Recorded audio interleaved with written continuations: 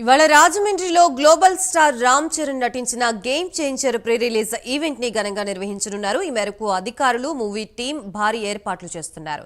ఈ pre release event కు ముఖ్య అతిథులుగా డిప్యూటీ సీఎం పవన్ కళ్యాణ్ తో పాటు మెగాస్టార్ చిరంజీవి హాజరు కానున్నారు.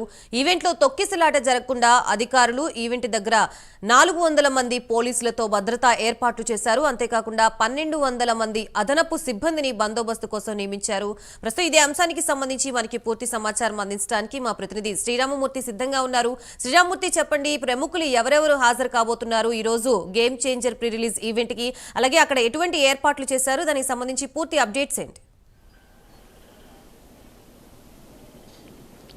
గాయత్రి, గేమ్ ఏదైతే గ్లోబల్ స్టార్ రామ్ చరణ్ నటించిన సినిమా ఉందో దానికి సంబంధించి ప్రీ రిలీజ్ ఈవెంట్ ఈ రోజు సాయంత్రం 6 గంటలకి రాజమండ్రిలోని వ్యామగిరిలో ప్రారంభం కాబోతుంది. మనం అదే వేదిక దగ్గర ఉన్నాం. అదే సభా ఏర్పాట్లు పూర్తిగా వచ్చాయి.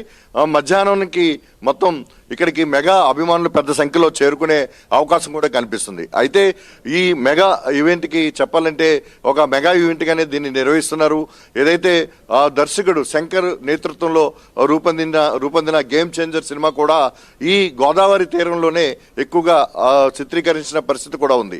అయితే ఇక్కడ ఈ వేదిక మీదకి ఇప్పుడు డిప్యూటీ సీఎం పవన్ కళ్యాణ్ ముఖ్య అతిథిగా హాజరవుతున్నారు. అలాగే రామ్ చరణ్, ఏదైతే ఈ తారాగణం ఉన్నారో మొత్తం హీరోయిన్లు ఎవరైతే కియోలో అద్వానీ, అంజలి, అలాగే సంగీత దర్శకులు తమన్, వీళ్ళందరితో పాటు నిర్మాత దిల్ రాజు ఈ మొత్తం వేదిక మీద సందడి చేయనున్నారు. అయితే ఇప్పటివరకు మెగాస్టార్ చిరంజీవి కూడా వస్తారనే సమాచారం ఉన్నప్పటికీ కూడా ఈ వేదిక మీదకి వచ్చే అవకాశం లేదని చెప్పేసి కూడా సమాచారం ఉంది. అయితే ప్రస్తుతం చూసినట్లయితే మొత్తం ఈ విధంగా వేదిక చూస్తున్నాం. చల్లగా భారీగా ఏర్పాట్లు చేశారు. ఇక్కడ జాతీయ రహదారి ఆనుకుని ముఖంగా పెద్ద స్థాయిలో ఇక్కడ ఎల్ఈడి స్క్రీన్ కూడా ఏర్పాటు చేశారు. మొత్తం ఇంకా పనులు కొనసాగుతూ ఉన్నాయి. మధ్యాహ్నానికి పూర్తి స్థాయిలో ఇక్కడ ఏర్పాట్లు పూర్తిగానున్నాయి. ఇక్కడ ఒక అంబరాన్ని అంతే విధంగా ఈ మెగా ఈవెంట్ని నిర్వహిస్తున్న పరిస్థితి ఉంది. అయితే ఇది సినీ చరిత్రలోనే నిలిచిపోయే విధంగా కొన్ని కార్యక్రమాలు కూడా ఇక్కడ మధ్యాహ్నం నుంచి ప్రారంభం అవుతాయని చెప్పేసి నిర్వాహకులు చెప్తున్న పరిస్థితి ఉంది. అయితే ఈ నేపథ్యంలో అంటే ఉభయ గోదావరి జిల్లాలో మెగా అభిమానులకి కొదవలేదు. అదేవిధంగా చూసినట్లయితే జన సైనికులు కూడా చాలా ఎక్కువగా ఉన్న ఉభయ గోదావరి జిల్లాల ప్రాంతం. దీంతో ఇక్కడికి ముఖ్య అతిథిగా ఉప ముఖ్యమంత్రి పవన్ కళ్యాణ్ హాజరవడంతో ప్రత్యేకించి ఇక్కడికి జన సైనికులు కూడా పెద్ద సంఖ్యలో చేరే అవకాశం ఉంది. దీంతో ఇక్కడ వేదిక మొత్తం జాతీయ రహదారి మీద ట్రాఫిక్ కూడా ఇబ్బంది కలిగే పరిస్థితి ఉంది. దీంతో ఇక్కడ దాదాపుగా 400 మంది పోలీసు అధికారులతో పాటు ఇక్కడ చూసినట్లయితే దాదాపు 1200 మంది కూడా ఇక్కడ వినియోగిస్తున్నారు.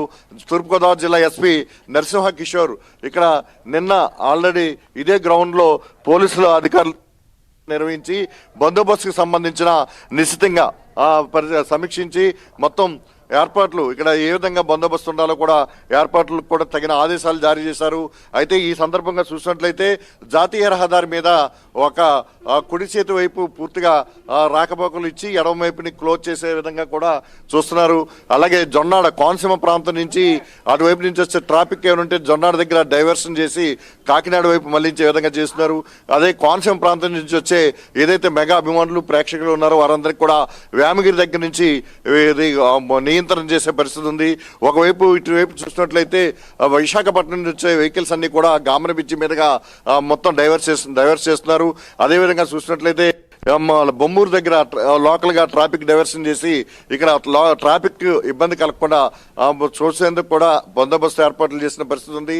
అయితే మొత్తానికి చూసినట్లయితే ఈరోజు మధ్యాహ్నం 2 గంటలకి పవన్ కళ్యాణ్ రాజమండ్రి ఎయిర్పోర్ట్కి చేరుకుంటారని సమాచారం ఉంది. అక్కడి నుంచి ఆయన రాజమండ్రి షెల్టన్ హోటల్కి చేరుకుని అక్కడ కాసేపు ఉన్న తర్వాత ఇక్కడే వేదిక దగ్గరకు చేరుకుంటారు. అయితే ఈ వేదికకి ఆయన రావడానికి ఏదైతే విఐపీలు రావడానికి ప్రత్యేకంగా ఒక గ్యాలరీ ఒక బ్యారికేడ్ ఏర్పాటు చేశారు.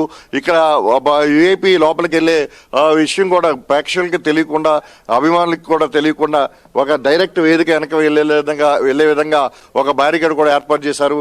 అయితే ఇక్కడ చూసినట్లయితే ఇక్కడ కార్వన్లు ఒక 3-4 విఐపీల కోసం పెట్టిన వేదిక వెనక కూడా పెట్టారు. అయితే ఒకేసారి వేదిక మీదకి ఆ విఐపీలందరూ కూడా ఒక సమయం నిర్ణయ సమయంలో 6:30 తర్వాత వేదిక దగ్గరికి వచ్చేలాగా ఏర్పాట్లు చేసిన పరిస్థితి ఉంది. ఏదైనా ఒక ఈవెంట్ని అయితే దాదాపుగా ఒక సినీ చరిత్రలో, ఎందుకంటే రాష్ట్ర విభజన తర్వాత ఆ ఏపీలో ఇంత మెగా ఈవెంట్ జరుగుతున్నది ఇదే ప్రథమంగా చెప్తున్నారు. అదేవిధంగా చూసినట్లయితే ఇక్కడ పోలీసులు ప్రత్యేకంగా విజ్ఞప్తి చేస్తున్నారు. ఏదైతే మెగా అభిమానులు ఉన్నారో, ప్రేక్షకులు ఉన్నారో, ఈ ఏదైతే ఎంజాయ్ చేయడానికి ఇక్కడ ఏదైతే పవన్ కళ్యాణ్ కానీ రామ్ చరణ్ కానీ వస్తున్న ఈ ఈవెంట్ని చూసేందుకు వస్తున్నారో వీరందరూ కూడా క్రమశిక్షణతో మెలగాలి. ముఖ్యంగా ఒకరినొకరు సహకరించుకోవాలి, సమన్వయంతో ఇక్కడ వేదిక దగ్గర ఉండాలి. అలాగే తిరిగి వెళ్ళేటప్పుడు కూడా అదే ఉత్సాహంతో తిరిగి వెళ్ళేలాగా చూసుకోవాలి. ఎటువంటి అవాంఛనీయ సంఘటనలకు కూడా దారి తీయకుండా మెగా భవన్లు కూడా పూర్తి స్థాయిలో సహకరించాలని చెప్పేసి కూడా పోలీసు యంత్రాంగం విజ్ఞప్తి చేసిన పరిస్థితి ఉంది. అదేవిధంగా మెగా నిర్వాహకులు కూడా మెగా అభిమానులకు కూడా ఇదే విషయం విజ్ఞప్తి చేస్తున్నారు. క్రమశిక్షణ తోటి ఇక్కడ వేదిక దగ్గరికి వచ్చిన తర్వాత మెలగాలని చెప్పి కూడా విజ్ఞప్తి చేస్తున్న పరిస్థితి ఉంది. మనం ఇక్కడ కొంతమంది ఇక్కడ జనసేన నాయకులు ఉన్నారు. అయితే ఇవంతా కూడా ఏర్పాట్లో నిమగ్నమైన పరిస్థితి ఉంది. ఇక్కడ ఈ ఈవెంట్ మొత్తం కూడా ఏదైతే జే మీడియా తరపున నరేంద్ర దగ్గరుండి ఆహ్వానం చేస్తున్నారు.